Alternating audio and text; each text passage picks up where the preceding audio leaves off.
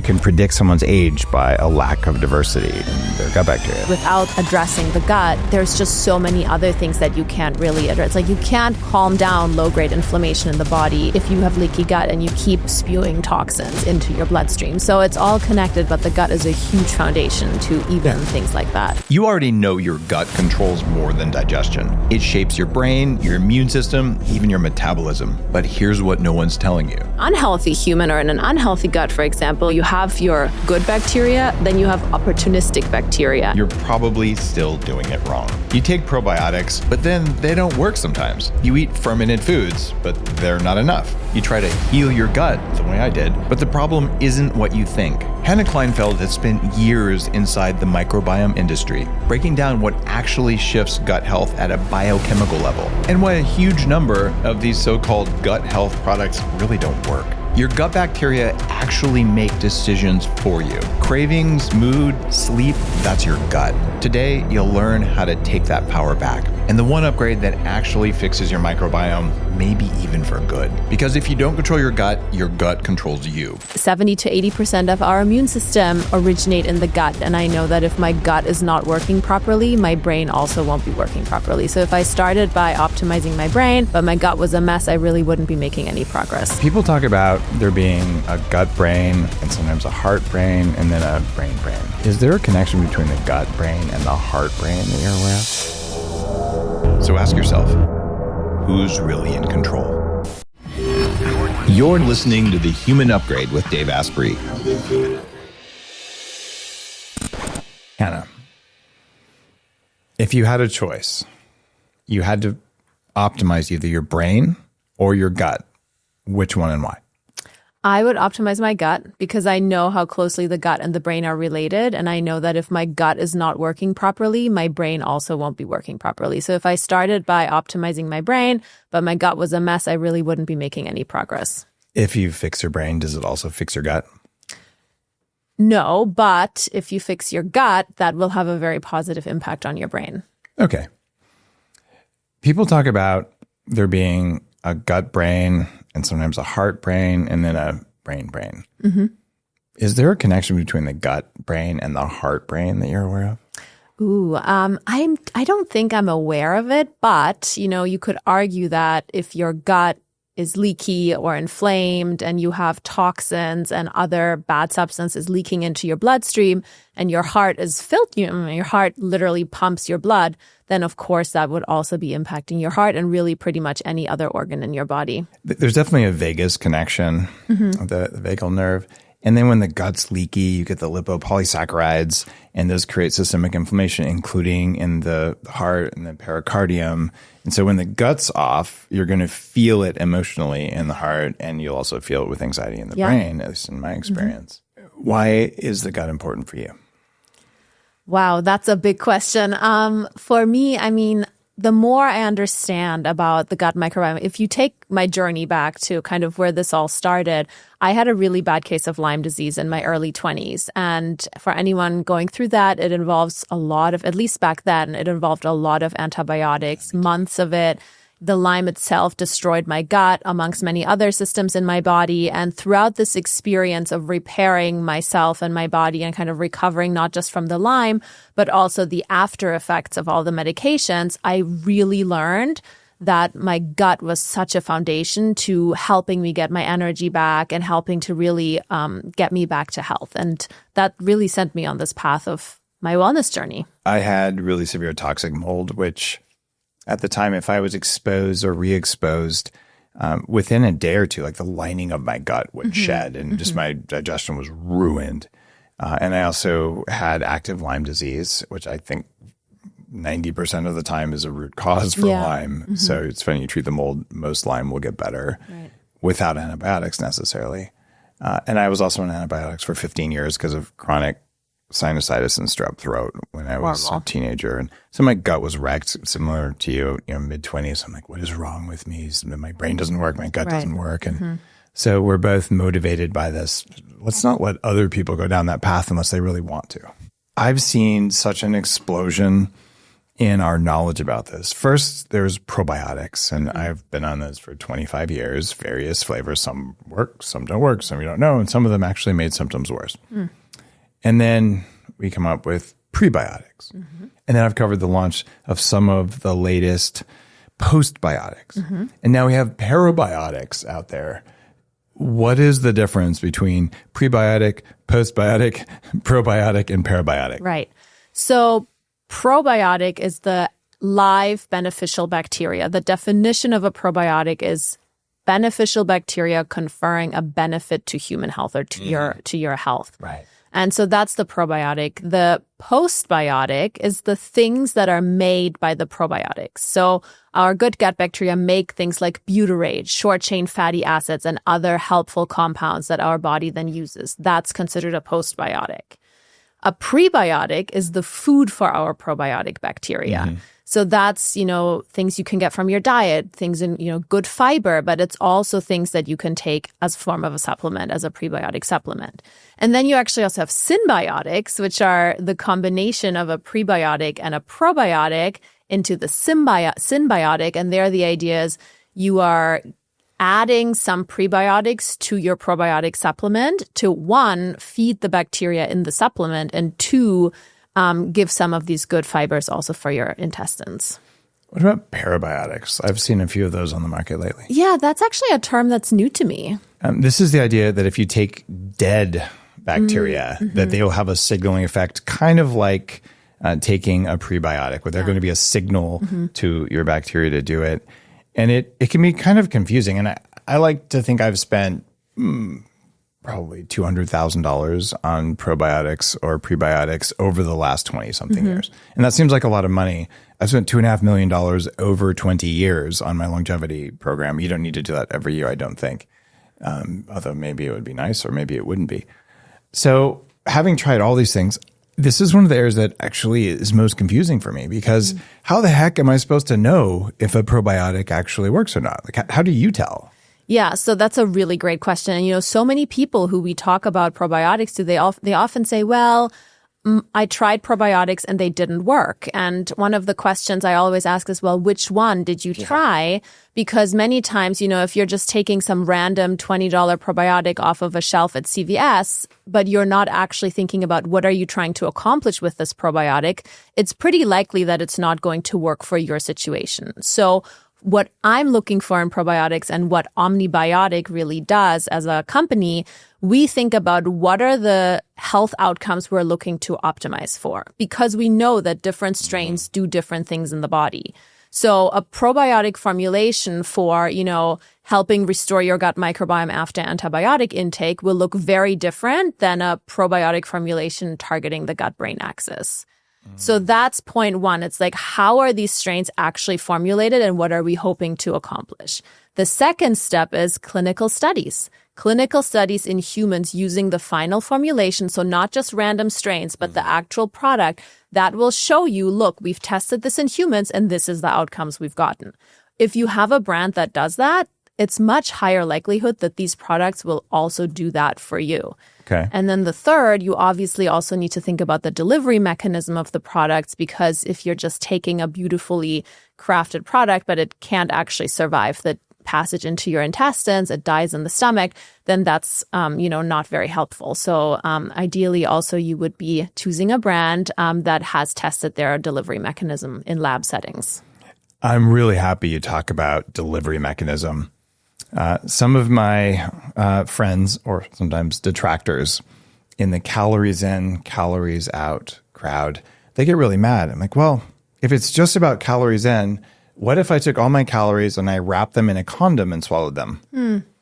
I go, what? But you can't absorb those. That doesn't count. I'm like, oh, so absorption of calories is what we're paying attention to. That means not all calories are the same, but they can't be absorbed. This is a good point. And it's the same thing with probiotics. Because if there's 20,000 or 20 million colony-forming units in a pill when it's manufactured, they may not be there when you take it. Yes. And maybe they need refrigeration. Maybe they don't. Maybe they're spore-forming. Maybe not. But if you put it in your mouth, are they going to change what's in the gut? And I don't think the answer is the same for everyone. Because if you took it with a meal, there was stomach acid. You took it without a meal, there wasn't. the reason I wanted to have you on, or one of the reasons, and thanks for coming here in person on this episode, you've been on before, is to talk about the delivery system that you're using with Omnibiotic, because there isn't another company doing that I'm aware of. Why do you do it, and how does it work? Yeah, so I mean, you exactly said it. If the probiotics should or can't, the probiotics need to be alive in order to have that benefit in your intestines. And many probiotics are freeze-dried, which means all the water is extracted out of the bacteria, and they're essentially in this dormant state. The first liquid that these freeze-dried probiotics come in touch with, they will soak up, because the idea is that that's supposed to kind of rejuvenate them and give them life. If, however, that is the stomach acid in your stomach, because maybe it was the probiotics were in a capsule opened in the stomach, your probiotic bacteria find the stomach acid, they soak that up, and the majority of them dies, and then they don't reach your intestines. With Omnibiotic, our delivery mechanism, it comes in a powder. You rehydrate the probiotics in water or another neutral liquid prior to intake. Our powder also contains some important prebiotic nutrients. So essentially, the probiotics wake up from this slumber, they rehydrate with the water, and then they also find their favorite food. And that actually makes them really strong for their passage through the stomach acid and ensures a much higher survival. We tested this in a GI simulator. 83% of omnibiotic bacteria reach the intestines alive and active, compared to 7% on average across 10 other leading brands. So you're getting about 12 times more live bacteria when you do the omnibiotic approach. And I hate putting powders from little packets into water. And there's like 20 companies like, here, I sent you a packet. How many of you, I couldn't even drink all the liquid with all that stuff. So other than electrolytes, which I put in all of my liquids, or just salt, yours, the Omnibiotic, is the only one that I'm willing to do that with regularly. And the reason is that, it's going to work. So I take a little packet and I mix with water and I wait 30 seconds and I get 12 times more versus if I'd have taken a pill. So, okay, that's a trade-off that I'm worth doing. Worth it. And, the other thing is you can mix it in fairly little water. I mean, some people will do a whole glass, 4 to 8 ounces. I usually do 2 ounces, and then it's really almost like taking a shot of water. Okay. And then, some people like to take it in the morning, first thing. If you do it on a whole glass of water, you kind of kill 2 birds with a stone. You hydrate while doing it. So it's fairly simple to incorporate into your routine. The other thing that I like, the reason I want to have you on, is that you run one of the very few probiotic companies who has very function-specific strains. And I've, for years, said, all right, how do I fix my gut after antibiotics? I don't usually need to take them. I don't like to take them. I just had a substantial surgery 3 weeks ago. I had 28 square inches of skin left over from when I was obese removed from my face and neck. That's a lot more than you would do in a normal facelift. I did that plus a bunch of longevity stuff. But of course, you take antibiotics when you have large amounts of skin just removed from your body. So I was thinking, okay, I have a lot of probiotics floating around because people keep sending them to me. Right. And I do take a few weird unknown strains to raise glutathione or something. But I'm like, how do I restore my gut bacteria? And it was cool because you sent me your newest strain, which is called AB10, which is specifically for what do you do post-antibiotic. And something interesting happened. And I literally did this yesterday, not because we were recording today, just because it had arrived. I'm like, I should do this. So I took them around 2. And I don't get brain fog almost ever. I don't get those kind of brain brownouts. I'm like, ugh. And I was tired. About 2 hours after I took it, I'm like, well, I'm a little bit tired here. I laid down for a half hour, did some rejuvenation things. My brain came back online. And then I got an amazing night's sleep, and I woke up, and my gut function is much better than it was before. It wasn't that bad before. Yeah. But it was a really noticeable difference. Why? If someone takes probiotics like that, why would I have been tired for a little while after I took it? Your body was just going through a lot. You mentioned you had surgery because you had to take antibiotics. They definitely did something to your gut. It's possible that with these new good bacteria that your gut was kind of going into a bit of a rejuvenation and restore mode. And, because you're also very tuned into your body, you just felt that as, I need to take a little rest and actually help my body kind of take that opportunity to recover and rejuvenate. And then, you, as you said, you got a good night's sleep and you're feeling really good today. It's okay if someone does a probiotic or something like that, when there's a rapid shift in the body, you can be tired for a little while. Yeah. And that doesn't mean it's not working. It actually means it probably is working. But if I had taken it and I just felt like crap for days and days and days, that would have been something different. Do people get that from some probiotics on the market? Yeah. So actually 2 things I want to say to that. The other thing, by the way, it's possible with, we know that people after surgeries, when they're taking antibiotics, it's also quite possible that your gut was just contaminated with potentially something slightly pathogenic. But because you're in very good health overall, maybe you didn't immediately feel it as other people would feel it. But then when you send in a probiotic that restores and fights that off, it could have also been that fatigue was a bit of like your body defending against a potential pathogen. Now to your question, do other people get that? One thing that I hear often, actually 2 things with regards to bad reactions or weird reactions to probiotics. One, people will say, I started taking this probiotic and I started getting really bloated. And then I ask, well, what was in the probiotic? And then you hear, well, it actually had milk. And then I say, well, are you potentially lactose intolerant? And then you can see the wheels turning. They're like, yeah, I'm lactose intolerant. I don't eat dairy. Well, if you then take a probiotic that contains milk, that could have done it. And that, again, wouldn't go away. If you are lactose intolerant, you're going to have that reaction. The other thing, though, which I think is also quite common, people who have a gut that's in not good shape, you have overgrowth of things like candida or pathogenic bacteria. If you then take a probiotic that actually works, that changes your gut microbiome back to something better, you will see die-off effects. And, people see that with other conditions, like when I had Lyme, when you get that treated, you experience die-off. It basically makes you feel pretty bad for a short period of time, but it's generally a sign that your body is healing. It's tough sometimes to tease that apart when you're just your own self, kind of your own individual on your wellness journey. But I've definitely seen that and also, frankly, experienced it myself. When I had Lyme and my gut was in bad shape and I started fixing my gut and fixing all these things, there were periods of time when I maybe was feeling a little bit worse, but you know that it's heading in the right direction. That idea of a healing response or a Herxheimer response, a lot of listeners have heard of that.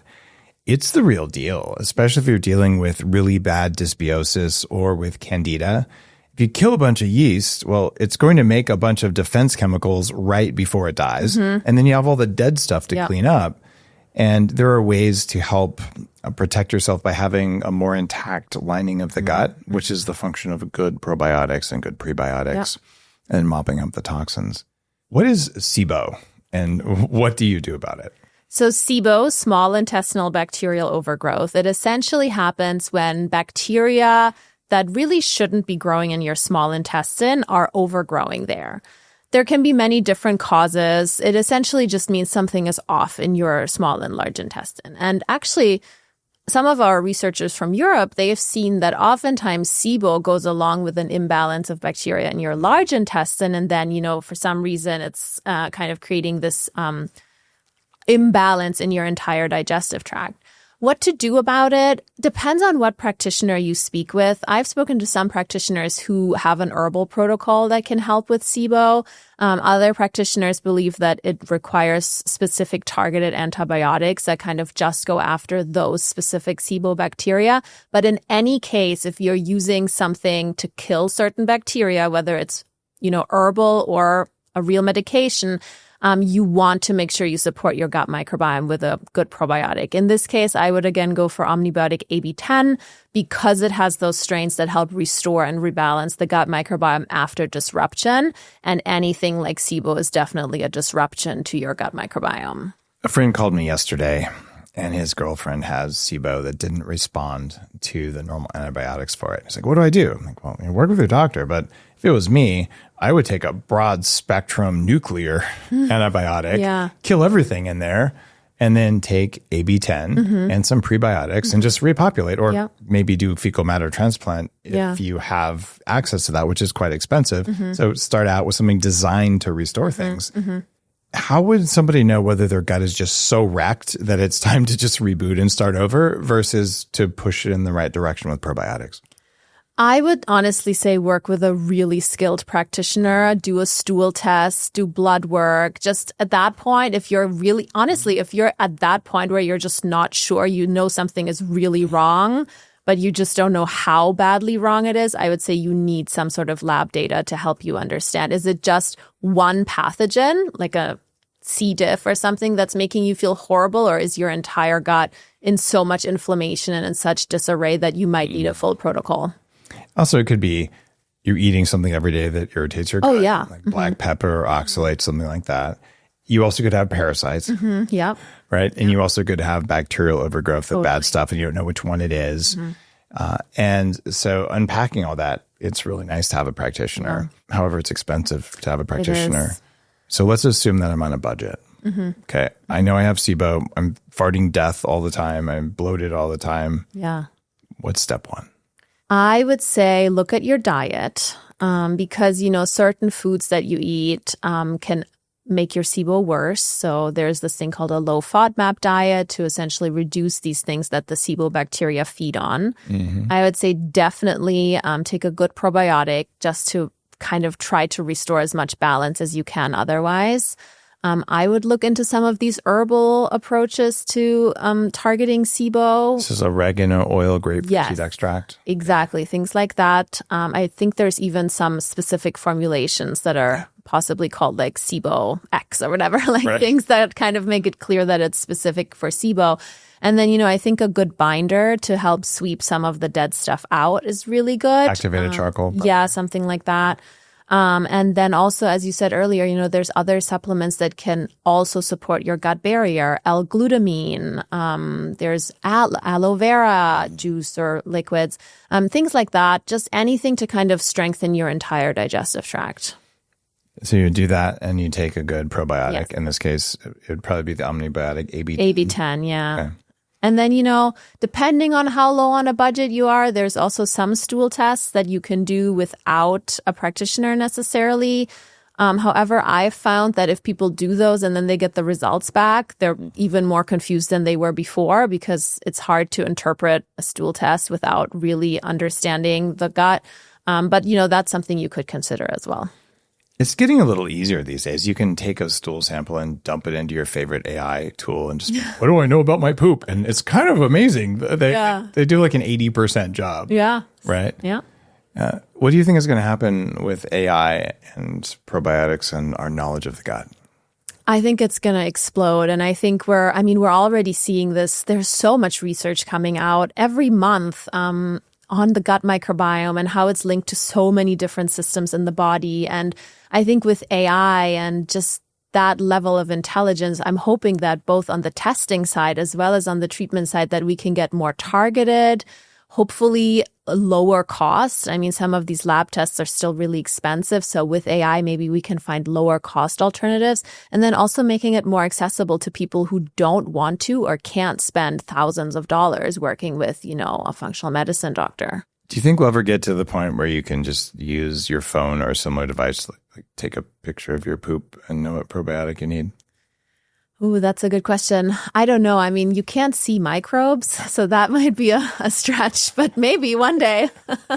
We can always remain hopeful. Yeah. I always think something's impossible, but the amount of correlations we can do today, it's pretty phenomenal. Yeah. So it wouldn't surprise me if they're like, tell us what you ate. Give us a picture of your poop and we'll tell you magic. Yeah. I don't know anyone who can do that right now, but I would like to see just our knowledge base expand to the point where we can at least be 80% of the way there. So maybe you should take this probiotic. Right. One of the things I did do as part of my stress resilience protocol when I was having this recent surgery is I took the omnibiotic stress. And you have stress, you have detox, and you have the AB10. Am I missing? Is there another one? Yeah, we actually have a few additional ones. We have omnibiotic power, which I have is that really, one too. Yeah, you know that one. That really targets oxidative stress. Then we have omnibiotic balance, which is more for like overall immune support. It's also really beneficial for people with constipation. Okay.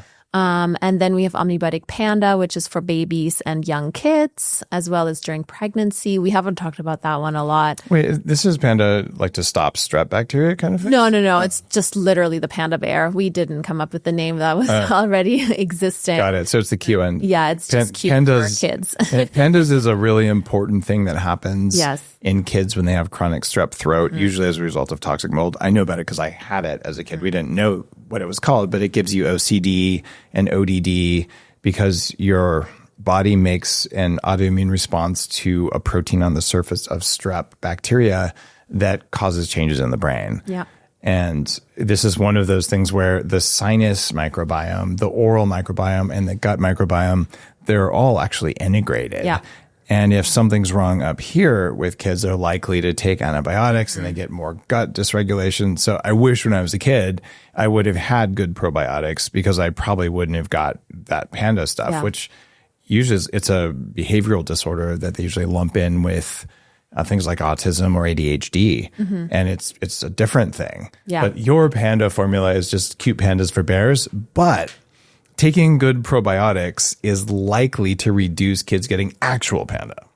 Yes. I mean, I actually just was listening to a podcast on this in the functional medicine space. And, those folks on the podcast were saying whenever a child or really anyone, even an adult, approaches them with any kind of spectrum disorder, they need to look at the gut because without addressing the gut, there's just so many other things that you can't really address. Like you can't calm down low-grade inflammation in the body if you have leaky gut and you keep spewing toxins into your bloodstream. So it's all connected, but the gut is a huge foundation to even things like that.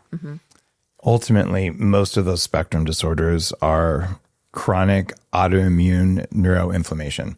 Yeah. And that always happens over time when you have a leaky gut and the wrong bacteria growing. And it can be caused by other things, either cause the leaky gut or directly cause the neuroinflammation. So I've never seen anyone successfully reverse autism or even ADHD without improving the gut. Maybe it's just improving the diet, which improves the gut.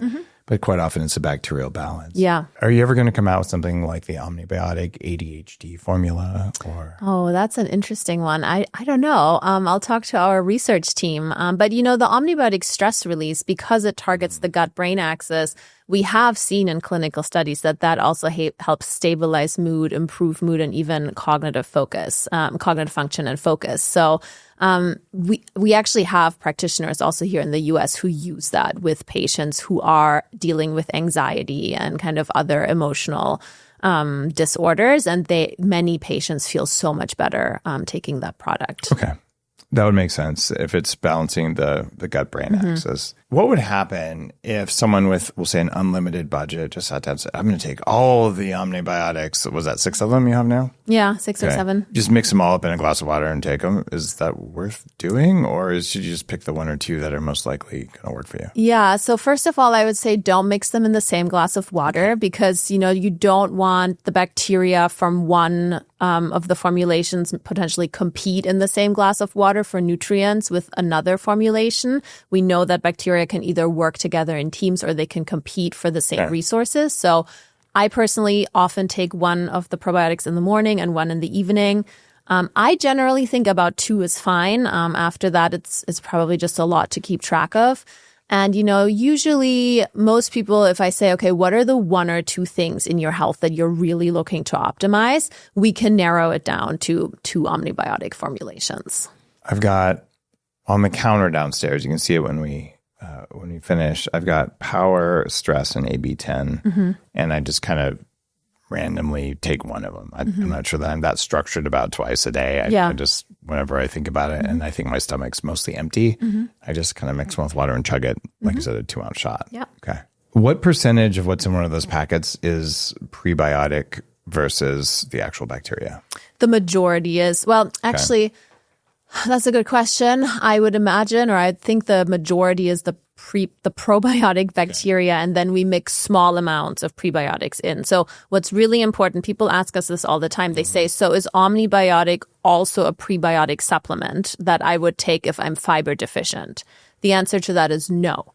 A fiber supplement, a prebiotic supplement, usually you take like bigger scoops and it's just fiber. It's helping you meet your fiber requirements. The prebiotic nutrients in the omnibiotic powder are just the right amount to feed these probiotic bacteria when they're mixed in water and during that activation phase. So it's not the same as taking a full-on fiber supplement. Okay.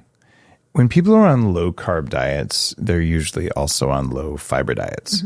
Will probiotics work if you're carnivore or if you're on a low-carb diet? Yeah, absolutely. I mean, I would say, in that case, even more so, you need to make sure that you're supporting your gut, your digestion. Some people who are not getting enough fiber, they suffer from things like constipation.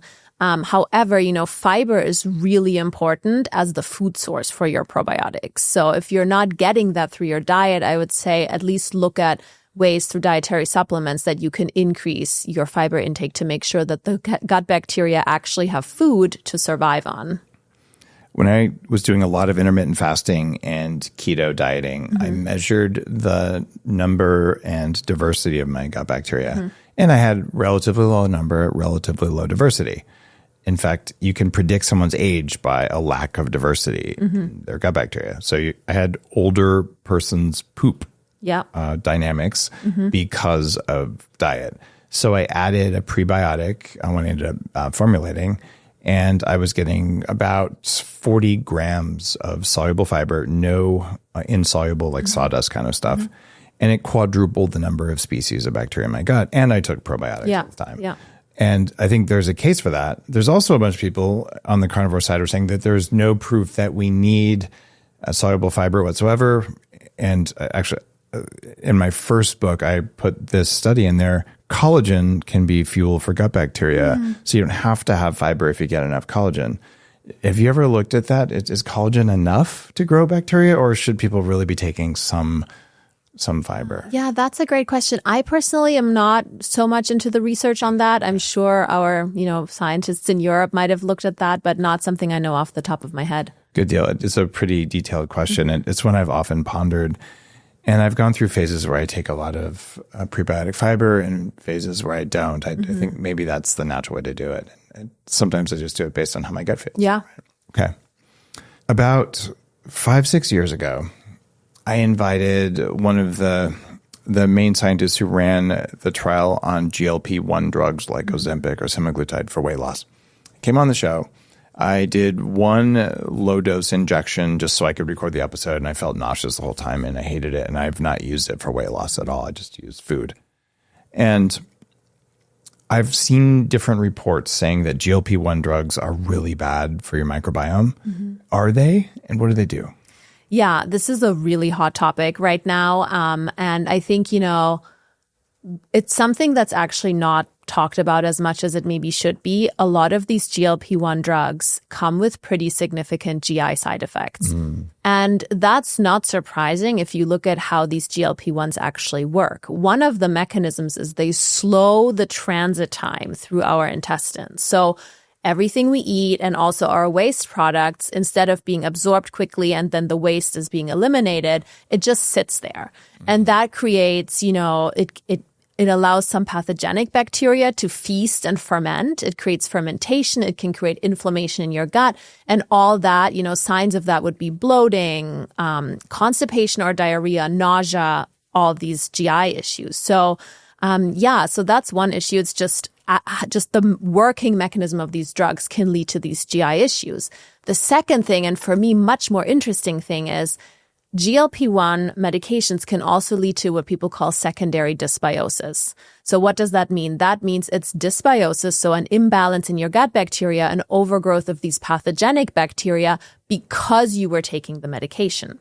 And again, the reason behind that is the food is not being moved, or all your waste products are not being moved through your body as fast as they're typically moved when you're on these drugs, just creating this environment for fermentation, inflammation, and overgrowth. Oh, so you take a GLP-1 drug, it slows the speed of food moving through the gut. So then the food spoils, and then you got dysbiosis you wouldn't have had if you didn't have the drug. Exactly. Is there something to be done about that? Yeah, so researchers in Italy actually just looked at this. I had the honor of speaking with them a few weeks ago. They're running a weight loss clinic and they use GLP-1s all the time. And what they saw is that if they combine omnibiotic Hetox, in Europe, there's a half dose version of that called omnibiotic Metatox. But in the essence, it's the same as omnibiotic Hetox. If they gave that to the patients before, like about 4 weeks before starting the GLP-1, and then throughout the whole duration of taking the GLP-1, they reduced the risk of that secondary dysbiosis, and they actually also significantly reduced the side effects that these GLP-1s generate in people. Okay. I've been putting together this kind of stack of like, what do you do if you're going to take GLP-1 drugs? And I want to be really clear. Being obese is really dangerous. And there's people saying, oh, these GLP-1 drugs, they're so unsafe. Like, compared to being as fat as I was, they're not unsafe, but they have side effects. Yep. So you could say, I'm going to choose to lose the weight by any means necessary, and I will deal with the side effects in a scientific way. So if you go to daveasprey.com/GLP, the protocol is there that includes mitochondrial enhancement. And I'm going to ask the team, guys, can you add the omnibiotic to our protocols that people can get from that? Because it's just really important. I think it's fantastic if people are going to lose weight. I'm like, don't lose your muscle, don't lose your bone mass, don't get dysbiosis, don't wreck your mitochondria, but lose the weight. Yeah.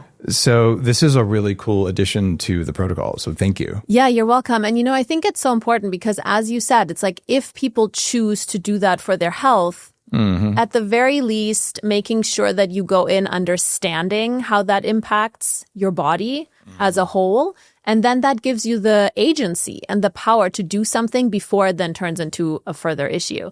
I think one of the biggest concerns in this dynamic for me is, say someone is really dedicated to losing a lot of weight. They choose to be on GLP-1s. They experience these side effects. They go through this. It's not an easy, to me, it doesn't sound like an easy journey. But then they wean off. But their gut in the process is wrecked because of that secondary dysbiosis. We know today that our gut microbiome is so important for overall metabolic health. You don't want these people then coming off of the GLP-1 and being left in a worse spot than before in terms of what their own body is doing for their metabolism. So I think for me, it's just about empowering people to know what are the impacts and then being able to proactively work against them. It makes so much sense that you want to heal your gut and heal the rest of your biology after you go off the drugs. Or in my case, last week, or maybe actually 2 weeks ago, I started using a third generation GLP-1. I'm around 5% body fat. I have no need to lose weight. I'm using an extremely low dose. And I'm doing it for longevity reasons because they have all kinds of anti-Alzheimer's and anti-even cancer, really good effects at tiny, tiny doses that wouldn't cause weight loss. So I'm experimenting with that. I don't think that's going to harm my gut, but I take omnibiotic and a bunch of other gut health stuff anyway, so I'm not that worried. Do you use GLP-1 drugs? No. Okay, got it. Would you use them for longevity if there was good science? I'm not sure. I'd want to understand, honestly, how it impacts the body overall and also for the long term. But, I do think I can say for myself, I'm very interested in making sure my own metabolic health is where it should be and where I want it to be, and understanding, even more so now where we have these new clinical studies coming out, just understanding how a dysbiotic gut can increase insulin resistance, can mess with your hunger and satiety hormones. Like, there's so many things that connect the gut with our metabolic health that for me, as I'm interested in metabolic health, I of course also need to look at my own gut. You're reminding me of a really cool and little known fact about gut bacteria. There's a group of there's several groups of online nutrition bullies. You have the hospital food, American dietitian people. And most of the time you're like, dude, you're responsible for McDonald's and hospitals. Don't talk to me. That's not a problem. And there are good functional dietitians out there, just fewer. Then you have the low carb, angry echo chamber crowd, right? And then you have the vegan bullies and you have the keto bullies, right? And there's a couple of carnivore bullies, but not as many, right? And they're just anyone who doesn't agree with me. And it's just these shouting chambers. So some of the low carb or keto guys were saying, Dave, you don't have whatever degree. So you have to have a mechanism to explain my calories and whatever. So I said, I'm happy to give you the mechanism. I'll publish it in my book because you don't know about it. So then I published the book, and the guy comes like, Dave, you said you were going to tell us. And I responded, FIAF, F-I-A-F. Right. And he kept trolling me. And I'm like, dude, I just answered your question. You don't know what it is. And it stands for fasting-induced adipose factor. And it turns out your gut bacteria, they're sending this factor into your liver. Your liver is supposed to make it, but your gut bacteria, they're like, well, we don't have any food, so let's manipulate your behavior by secreting extra FIAF to give you more hunger than you should have if you don't have the right bacteria in your gut. Right. And this is a mechanism by which fasting is helpful. And also having healthy gut bacteria is really meaningful because they're not going to amplify your hunger signals with FIAF. And so I think the more you fast or the more you're using GLP-1 drugs, the more important your probiotics are. Does that make sense? Yeah, I could definitely see that. I mean, with either one of these, you just want to make sure that you're counterbalancing some of those effects that these interventions are having. When I had this recent surgery, they gave me a painkiller that had a risk of GI bleeding. And a lot of the non-steroidal anti-inflammatory drugs do that, things like ibuprofen, aspirin, all that stuff. And I didn't need really any painkillers for the most part. It was kind of ridiculously not painful, even though it looked really bad on Instagram. And but I did take it for a few days, and they gave me a proton pump inhibitor with it, and I threw that away. Because good for you. proton pump inhibitor drugs seem really nasty, but I replaced it with another stomach acid blocker called Pepsid AC, which is an H2 blocker that does something similar. And we know that blocking stomach acid, when you take an ibuprofen or naproxen or aspirin, it's going to stop the GI bleeding. Why are proton pump inhibitors so bad for you? Yeah. Well, I'm guessing everybody knows here listening to this, but proton pump inhibitors really are generally one of the solutions for people who have acid reflux or heartburn or even, gastritis, things like that. So it's when something is off in your stomach. And what we don't necessarily think about is that the stomach is one of our first gatekeepers to everything that we put in our mouth. And one of the biggest purposes of the stomach acid is to kill things that we don't want in our system that could make us sick. Oh, yeah. So if you're taking an acid blocker or a PPI, you're lowering the amount of stomach acid that's in your stomach, which essentially makes it so much easier for those harmful pathogens to get into your body.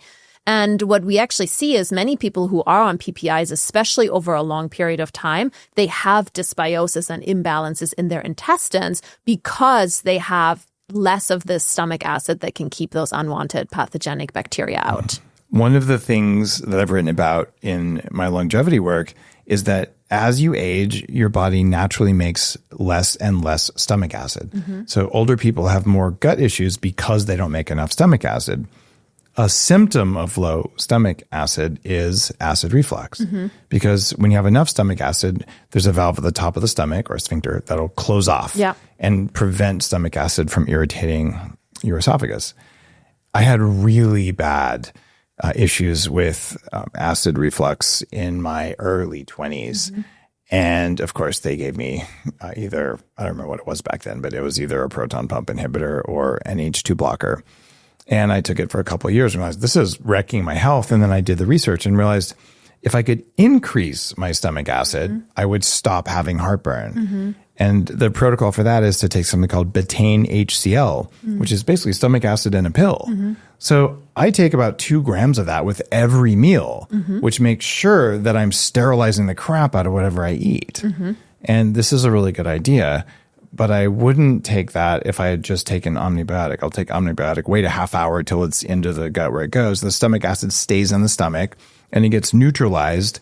When it leaves the stomach, your bile goes in, which is highly alkaline, and takes out the acidity so that the gut doesn't get sterilized, right? And a lot of people just don't understand your heartburn is caused by low acid, not high acid. And if you block all acid, you won't get heartburn, but then you stop digesting protein and you can like poop your food out undigested because there was no acid. It's really a bad thing. Yeah, it's all about balance. You want the right amounts. What about things like Pepsid, the H2 blockers versus proton pump inhibitors? Why are PPIs even worse than something like a Pepsid? I'm actually not sure the detailed research on it. What's your take? It looks like they increased SIBO much more. Yeah, I could see that. And that the proton pump is involved in many other processes.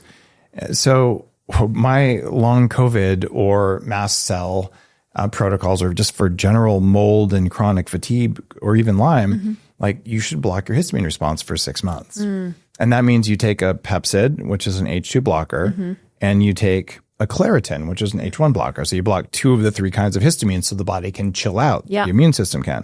Problem is you'll have no stomach acid. So during the protocol, every single meal religiously, you take betaine HCl so you don't lose the problems with the gut. Yeah. And I've seen people just have crazy results. Usually it's about 5 months in because that's the amount of time it takes for your mast cells to die and be replaced with new ones. But I wouldn't want to use a proton pump inhibitor because it'll have systemic effects. Yeah. That's smart. That's a really good approach. I like that. And of course, if you did that and you weren't taking probiotics, your gut's going to probably be wrecked anyway. And if you're working on healing something like chronic fatigue or mold or Lyme, you can just guarantee that your gut is wrecked. And the reason you can do that, if it's mold, mold makes antibiotics. That's where penicillin comes from. That's where most of them come from. So if you're breathing the stuff in, there's a pretty good chance your gut bacteria were disrupted. Yeah. That means you have to take a probiotic to bring them back online where you want them to be. Right. Okay. Are there specific probiotics that work best for mold or Lyme? Because you've had Lyme. Yeah. Well, so I think I would always approach it from the perspective of like, where in your journey are you? If you are working, for example, with Lyme, you're taking antibiotics, I would say 100% take Omnibiotic AB10. However, for many people who I've spoken to who had Lyme or even other, mold, other things that they're working on treating, there's often a point where you're done with the active treatment, but you're just kind of in this phase of like generally repairing. And many people at that point suffer from brain fog and just really bad concentration issues and focus. And then I would say switch from something like AB10 to Omnibiotic stress release because that really targets that gut-brain axis. I saw it when I was in that part of my Lyme journey. I started taking Omnibiotic stress release, and within a few weeks, I could finally feel my brain come back. And I was thinking again at the speed that I was used to thinking before I got sick, which was amazing because for months, I thought I literally couldn't remember 3 things going to the grocery store. And so that was really incredible to see and feel. And then, I think for people with mold, because when you're detoxing from mold, you're also really taxing your detoxification organs. I would say almost consider taking Omnibiotic Detox because that's our gut metabolism, gut liver support probiotic. And we've seen with Omnibiotic Detox, it reduces endotoxins, it improves cardiometabolic markers. So I would say that's probably a good go-to. I just had the guys from Deliverance on the show. They make a specific set of herbs for making your liver healthy. And I take those compounds. I also take Detox, and I know a lot about health and do all the things. And they do a clinical grade fibrotic liver scan. And they said I had the youngest liver of anyone they've ever measured. They said, Dave, you have the liver of a 10-year-old. Right. And I think it's because my probiotics are balanced. Thank you. And because I take a bunch of the right digestive stuff and because I take the right herbs. Right. And also because there's this weird superfood beverage called coffee that's correlated with great liver health. And I kind of do that. Yep. So you're eating low toxin, you're just you're not really the kind of person who would like burden your liver with, things that you expose yourself to. I like to huff Axe body spray, And have the plugins, the scented plugins everywhere. Yeah. Drives me, or like the Ubers. Yes. I'm to the point where I'm like, see that little pine tree? Could you put it in your glove box, please? Like, it's giving you small testes. And I tell the drivers that, and then they, and then That's a good one. actually, I don't say that. And I have a high rider rating, but I'm just like, hey, man, it gives me a headache, please. And they're usually pretty cool. But yeah, that stuff matters over time. How much do you think glyphosate in our food is disrupting our gut bacteria? Ooh, yeah, I mean, I think a lot of the toxins in our food, glyphosate is being sprayed on so many crops, and it's a pesticide. It's supposed to kill things that like mold and other things that would otherwise grow on these crops. Actually, it's an herbicide, right? Oh, an herbicide. Sorry. Yes, an herbicide. But still, it's supposed to kill. It's also an antibiotic. They don't call it. It's an antibiotic. Yeah. So, I mean, I think it's, we see when you look at the health of our gut microbiome today versus a few, even 30, 50 years ago, it's not trending in a good direction. And when you look at just the sheer amount of environmental toxins we're exposed to on a daily basis, it's wild. And all of that also impacts our gut. Again, the gut bacteria are living things. So, we can't forget that. It drives me nuts because Bayer, which is a company that was one of 5 companies that split out of AG Farben, which was a Nazi-era chemical company with not a clean history, we'll say. But Bayer splits out. They understand biology in humans very well. They have all kinds of people studying the gut. They buy Monsanto. And then they have the gall to look you straight in the eye and say, glyphosate doesn't have any effects on human health because it only affects the shiitake pathway, which is only in bacteria, so it won't affect humans. And you're like, guys, your own research people at the company that bought Monsanto, you know damn well that we are dependent on the bacteria in our gut. And to say that we're separate from our gut bacteria is scientifically fraudulent at that point. And that's why there's $10 billion and counting of settlements against Bayer. And Bayer, you need to clean up your act on this stuff. And I hope to hell that as long as you are selling glyphosate or its derivatives, that you get sued into oblivion. And I also hope that the farmers who spray your stuff, mostly large industrial farmers, are also held accountable. And I think there might be a new regime in the US who's going to make that happen. So stop making the stuff that's poisoning my gut bacteria, because I take that personally. What do you think? Accurate? Possibly. I mean, Look at you preserve your brand. I mean, we want to be conscious of what we're putting into our Don't body. piss off Bayer. No, we want to be conscious of what we're putting into our body. And, I think one of the things that I just as a consumer struggle with is understanding what we're putting into our body, because, there's organic, but what does that really mean? And, unfortunately, I wish I could grow all my own food and really know, but even then, how would I know that, what's in my air and what's in my soil? So I think just being more conscious of what we're putting in our body, but I think also kind of understanding that there's certain things that are a little bit outside of our control, and then just figuring out what can we do to biohack our health? What are the supplements? What are the things we can do with diet, with stress management to just kind of dampen these effects from our environment? Would you be up for talking with your research scientists about making a probiotic that specifically helped people handle glyphosate or gluten better? Yeah, I think that's very interesting. So one of the things that I've noticed, I've been traveling a lot around the world talking about longevity, and I was just in Dubai. They use European wheat. Now, it's a different species of wheat than American wheat. We use hard wheat here, and almost all wheat in the US is sprayed with glyphosate, which is bad for your gut bacteria, at the end of the crop. So it's just right in there. And they don't even apologize for poisoning the grain right before you eat it. So I can go there and I can eat whatever I want in terms of gluten. I still have dairy issues there. So I can eat actually in 10 days, I ate something like 2 kilos of baklava. Amazing. So my blood sugar might have been high, but I'm like, this is so good. Yes. And I'll just take some herbs and berberine and whatever else, and I'll just manage it. No gut issues whatsoever. And I come back here and I eat a teaspoon of American wheat, and my gut just gets shredded. And I know it's not just the gluten, right? I take gluten enzymes too. So I think that there's something that you can do, if that's a target, with probiotics to actually help Americans be more resilient as we work on fixing our soil and our food supply.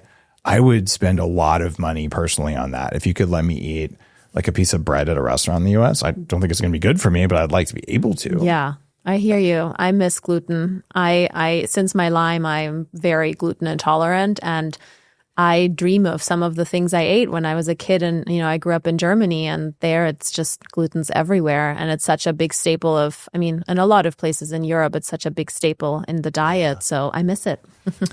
I did something last week. I was like, if I can eat it there, how hard could this be? So I bought some organic French wheat, which doesn't have glyphosate in it, and it's the good species. And I made sourdough myself, and I ate it with 0 negative health effects. Wow. That was crazy because I'm someone who could not touch gluten. And my probiotics are balanced, and I'm taking gluten enzymes and all that. I don't think I'm going to do that on a regular basis. But what's interesting is white flour is very, very low in oxalate, which is another compound that shreds the gut. Yeah. Are you equipped to talk about oxalate and digestion? Not in depth. Okay, good. We won't go too far in that direction. We'll just say that there's a good number of people who will have like a superfood smoothie with almond butter and spinach and kale and beets and all these things. And then they're like, oh my God. And then they have to poop. Yes. Like there was razor sharp calcium crystals in the gut that caused a lot of those issues. And then their joints hurt and they get brain fog. I was one of those. You get skin stuff. But we think long ago that humans could handle more of that because we had something called Oxalobacter formigenes, which is a species. I know one guy years ago who ate some duck poop to try and get those probiotics. Do not do that. You'll get parasites. That's disgusting. And there was a company in Europe who was trying to make a probiotic with this, and it was available for a year, and then they took it off market and wanted to make it into a drug for kidney stones. So I don't know what happened to them, and I don't think bacteria in the gut are that big of an issue for that. But I suspect that if we could go back and look at the human microbiome for 100 years ago, it might be different. Yeah. So I'm interested in creating this like superpower. I want to eat like garbage and still have a functioning gut. Why can some people, including some of my friends, just eat the worst crappy processed foods and it looks like they digest it, they don't get problems? What's up with those people? I don't know. I think they must have a pretty good gut microbiome, and then maybe also, I don't know, genetics. It's not fair. So I'm going to change my genome and change my microbiome until I can eat a Twinkie. Not that I want to eat a Twinkie. I just want to know that I have that level of resilience. But the other thing that I sometimes think is people have different thresholds for knowing what good feels like. Oh, yeah. And I think for some people, like I think this was even true in part for me before I went through my whole Lyme journey and just became so much more aware of my body. I thought I was feeling good, but then until you unlock that next level of like truly energized, waking up feeling really good in the morning, you might think that that's just your baseline. But really, that's not your baseline. It's just your baseline while you're eating gluten and processed food and junk food. Fair point. A lot of people have no idea what they're capable of because they just say, I always feel this way. I'm like, that's not how you're supposed to feel. I was one of those. You can actually feel peaceful, not angry. You can walk around with all the brain energy you want. Because I never had that when I was young. So, okay. Yeah. What about alcohol? I am not a fan of alcohol. I think it's bad for you. And I'll drink it if it's older than me, which is basically a break. So like once a year maybe. Right. And I know that I'm going to feel crap the next day. What does alcohol do to gut bacteria? Yeah, so it's a really interesting topic because you just in the last few weeks really saw it kind of resurface in the media. And I think what I find most interesting is even my generation and younger generations are considering, dry January or even stopping drinking alcohol at all. And I think it's because they understand more and more how it makes you feel. When you look at your gut specifically, alcohol can disrupt our gut microbiome. Even in moderate quantities, it can change our bacteria, kill some of the good ones, increase inflammation. And I think especially that increasing inflammation, this is really where you start running into issues. Once you have inflammation in the gut, your gut barrier becomes compromised. You're essentially developing leaky gut. And with that, more toxins and unwanted things leak into your gut, into your bloodstream. And, if you drink every now and then in moderation, I think your gut is more likely to be able to recover, especially if you're eating pretty well and not kind of adding more fuel to the fire through your lifestyle.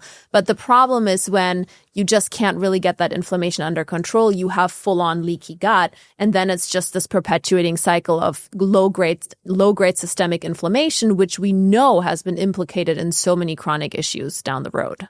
I've seen some research is in mice showing that if they put 3.5% alcohol in their water, so this is a pretty weak solution, that they had lower insulin, lower fasting blood glucose, lower obesity, better metabolic function, a slight extension of life.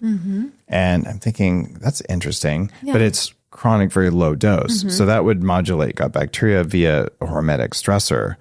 But I don't think doing a shot of vodka is going to help. Yeah. In fact, before this, I took some mushroom extract in alcohol. And I was sitting there going, why does my gut feel weird? I'm like, it was the alcohol, right? So I just don't think it's good. Yeah. And the science is that it's not good for your gut bacteria. Yeah. And, one of the things, I mean, I've had people, especially in January when they're contemplating dry January and things like that, I've heard people say, well, if I do want to enjoy the occasional glass of wine or whatever it might be, what can I do to support my health and my well-being? And, my typical answer is one, electrolytes and just hydration while you're drinking, but also the next day. A good probiotic to counteract some of those effects. Detox, omnibiotic detox supports your gut and your liver.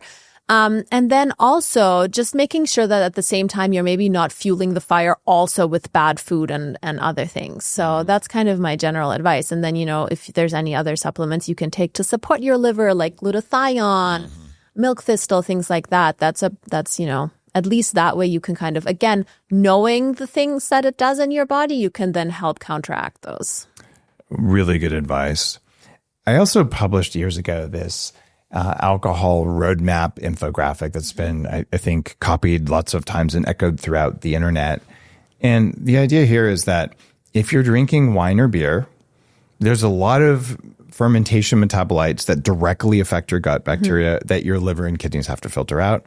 And if it's American wine, good God, there's 2,000 chemicals that they can put in there that are not on the label that affect microbes. So maybe you should step away from the wine. And sorry for friends who own vineyards, don't put chemicals in there and announce it. And there are some types of wine, like my friends at Dry Farms, they launched on the show many, many years ago. There's some that are tested to be free of additives. It still, though, compared to a distilled beverage like a vodka or whiskey or something, there's just less toxins that affect your gut bacteria. So I'm like, do that. Don't put a lot of weird chemicals and colorings in it. And then maybe take some charcoal. Do all the things you said. Take your detox, take your glutathione. And look, you'll probably be fine. Right? There's also Zebiotic. Have you come across those guys? Yeah. I saw you mentioned them. That's a really interesting technology as well, obviously. Yeah. And that's not something that you guys do. And they were on episode number 1000. It's only for something you take right before you drink. So if you do that before you drink to block one of the pathways called aldehyde, and then you take detox, which is there to make your liver better able to process all these things, you're in pretty good shape. Okay, right? Yeah. Or you could just say, I saved a lot of money by not drinking and I spent it on the steak instead. Exactly. That's what I do. That's my approach too. Yes. Okay. Right. It's not that hard to do. Yeah. Okay. What else can work if someone's dealing with acid reflux? Yeah. So, that's actually a really exciting topic to me right now. We just introduced 2 new products here in the US. They're already have been around in Europe for a few years. They're called Caricol and Caricol Gastro. Oh, cool. And the Caricol Gastro specifically is designed to help people with acid reflux and heartburn. And what it does is it's a highly potent papaya concentrate. It comes also in a pouch, so it's almost like a mousse, like applesauce. Okay. It's prepared according to traditional Chinese medicine and Ayurvedic healing principles. And the way it's prepared, it's a really long kind of cooking, fermentation, oxidative process. It makes this papaya 4 times as potent as regular papaya puree. So potent for like lining the gut or potent for enzymes? It's actually the enzymes and the anti-inflammatory properties. Okay. And what they have seen in they've done several different clinical studies, but one cool study they actually did on pig stomachs in a lab. And they could see that this Caricol Gastro solution physically coats the stomach and protects it from, if it's inflamed, it soothes and it coats. And then they've also done a study on people with heartburn, and they've shown like a 50% reduction in heartburn incidence over the course of the experiment. That sounds more powerful than aloe vera. Yeah, it's a real, in Europe, people love it, especially people who don't want to be on PPIs who don't want to be on acid blockers and who still deal with this on an occasional basis. So I don't really get acid reflux on a regular basis at all. Or say if I do, it's because I ate something I shouldn't eat and I know why. But I'm really interested in having the thickest, most ridiculous lining on my stomach ever so that I have less autoimmunity, which has been an issue for years. Did you bring me some? Yeah. Did you really? Yes, I did. It's like, I want to try this. Of course. Guys, I can't tell you whether that stuff works or not. Yeah. Based on how all the other omnibiotic stuff works, I would say there's a high likelihood. So that's something to pay attention to. Yeah. I didn't know about this. This is super cool. You guys are always coming out with cool stuff.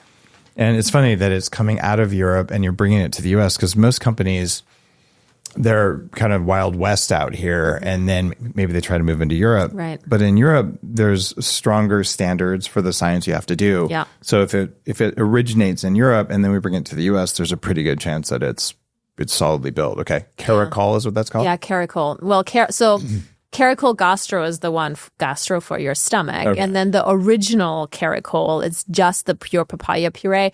That actually works really well for people with constipation. So one of the big use cases in Europe, at least, is elderly people because they suffer from this a lot, and women in pregnancy because, especially when you're pregnant, you don't want to take harsh medications, but you still have some of these digestive issues. So this is a really natural alternative. So as a guy, I have a hard time understanding constipation because it feels like with enough MCT oil and magnesium, it should be impossible. That's probably true. That is probably true. It's just, I don't know if maybe folks in their 80s and 90s who are dealing with this are aware of this as a good combination. Anyone who's constipated who's ever tried that is going, Dave, you're a jerk, right? Because that creates something called a depth charge because you will build up enormous uncomfortable pressure behind the constipation and it will come out, but you will not like the experience. So don't do that. So a more gentler approach like the Caracol Gastro that you're talking about, or even just taking more soluble fiber would be maybe a gentler way. Or maybe also just hydrating. Like I think, many people just forget to drink water and electrolytes and stay hydrated. And that is, the number one thing is just your intestines also need the water to process your waste. This is something really important. I only drink mineral water or water with salt or electrolytes in it, only. And when people do body work on me, they're like, you have the youngest tissues I've ever seen. I'm like, yeah, that's because that's a proxy for hydration. And it's made such a difference in my cognitive function, just my overall health. There's also studies, though, showing that eating more sodium has an effect on your gut bacteria. Do you know anything about salt and electrolytes and gut bacteria? Not in depth, but, I think it's always... I would imagine it's how you're delivering the salt and the quality of the salt. Salt is anything else we're putting into the body can be really clean, and I'm sure it can also be contaminated. And, just also making sure you have that right balance between sodium and the other electrolytes. And, I would never mix my omnibiotic and a bunch of salt water. You want to make sure it's kind of not in that it doesn't hit you in that really concentrated way. That's the important point. Since omnibiotics are going to soak up whatever it's in, I put mine in RO water. Right. And that means it's going to be fine. And then if I do have some mild salt water, the same as what's in my blood plasma is the goal for what I'm drinking, then it's not going to affect it. But if I added my electrolytes to the water and then I add my omnibiotic, it's going to kill the omnibiotic. You don't want to do that. Okay. That's an important point because I know a lot of people listening are doing what I'm talking about with sodium or with balanced electrolytes. Things like Element. Same. You wouldn't want to mix omnibiotic in some sort of powder magnesium, same thing, because it's just too much for these living bacteria. Right. And that's not to say you can't mix with water, chug it, and then take your magnesium. That's Absolutely. fine. It just has to be hydrated with basic water. Okay. Exactly. That's a really important thing. If you had absolute 100% control of someone's microbiome, how long do you think you could extend human life? Ooh. By quite a bit, I would think. I think very scientific number. I know, right? I don't know. What do you think? 20 years? I'm guessing 40%. 40%? Okay, yeah. And I mean, I can give my reasons for it, but give your reasons first. We'll have a little discussion. I mean, we touched on it earlier. The gut microbiome is just implicated in so many different things. 70 to 80% of our immune system originate in the gut. It supports our gut-brain axis. There's the gut-liver axis. It's truly just, and we see it in mice too. In the mice studies, germ-free mice, they live just a fraction of the duration that mice with a good gut microbiome live. And you also see in research, a healthy gut microbiome correlates with overall health and longevity. A dysbiotic, inflamed, disrupted gut microbiome is linked to so many different health conditions, including cardiovascular disease, neurodegenerative diseases, even cancer. So, I think that in itself, if you can cut out some of these chronic illnesses, which are many of the leading causes of death here in the US and worldwide, then you can go a long way. What's your reason? Well, we know, and I wrote about this in my longevity book, aging is death by 1,000 cuts. Like, there's no one cause of aging. Right? And most of those cuts are inflammatory. Yeah. And the number one cause of inflammation is immune activation. Yeah. Right. There's also mitochondrial dysfunction, which is also tied in with all these things. Lipopolysaccharides from bad gut bacteria cross the gut barrier if it's not intact. And then they go in and they inhibit mitochondrial function. So if we had a gut that never leaked, it only had good guys growing in it, you'd have these manufacturing plants making all the beneficial postbiotics like urolithin A, like spermidine, like butyrate propionic acid, right? A lot of these are supplements that I've talked about on the show and written about, and probably a bunch of them we don't even understand yet. Right. So you could also add some ones that make custom things, like there's a glutathione one. And so you could literally tailor the manufacture of longevity molecules in the gut and stop all the bad stuff, stop all the immune activation. That has to be a lot of what we could do for aging. 40% is a guess, but I think it's bigger than most of us believe. So in the meantime, having a really healthy lining in the gut, I'm actually excited about your new product for that. And then having the appropriate mix of gut bacteria that make longevity compounds with making fewer toxins, that seems like a good strategy, at least to support your health, which is a boring goal. Like, of course you want to support your health, but I don't want to support my health till 86. I want to support my health till 186. Yeah. It just seems more interesting. Right. So. Well, and I think you raise a good point there. People don't just want to extend their lifespan. They want to do so while still feeling good. There's no use extending it by 20 years and then just lying on the couch those 20 years. You want to still be active and energetic. And that, you can certainly achieve by making sure you keep inflammation low in your body, keep your immune system functioning properly, keep your gut-brain axis working well. That's a pretty good foundation. I'd say, and it's an easier foundation than going out and taking the latest longevity drug or something, but I'll do both just in case. Same. Okay. And I appreciate you coming on the show. And I ask anytime someone representing a brand comes on, give a meaningful discount to the audience. So you've offered a 20% discount, which is a pretty good chunk. That's omnibioticlife.com/Dave. Yes. And thank you for that. And if you're listening to this and you're saying, well, Dave's promoting something. Yeah, I like to promote science and things that work and tools for longevity. And look, if your gut's fine and everything is great in that aspect, spend your money on something else, right? The odds of you having a high functioning gut, if you eat almost anything that you can buy at a restaurant, are not that high. And like I said, I have 3 different boxes of the stuff downstairs. I know, I guess 4 because you brought me a new product. So I'm going to talk about the things that work and the biohacks that may be worth it for you. I'm going to talk about more of them than you're probably going to do because you are unique and you have your own goals and you have your own current state. So maybe you took antibiotics and you're like, oh, this month I'm going to do the AB10.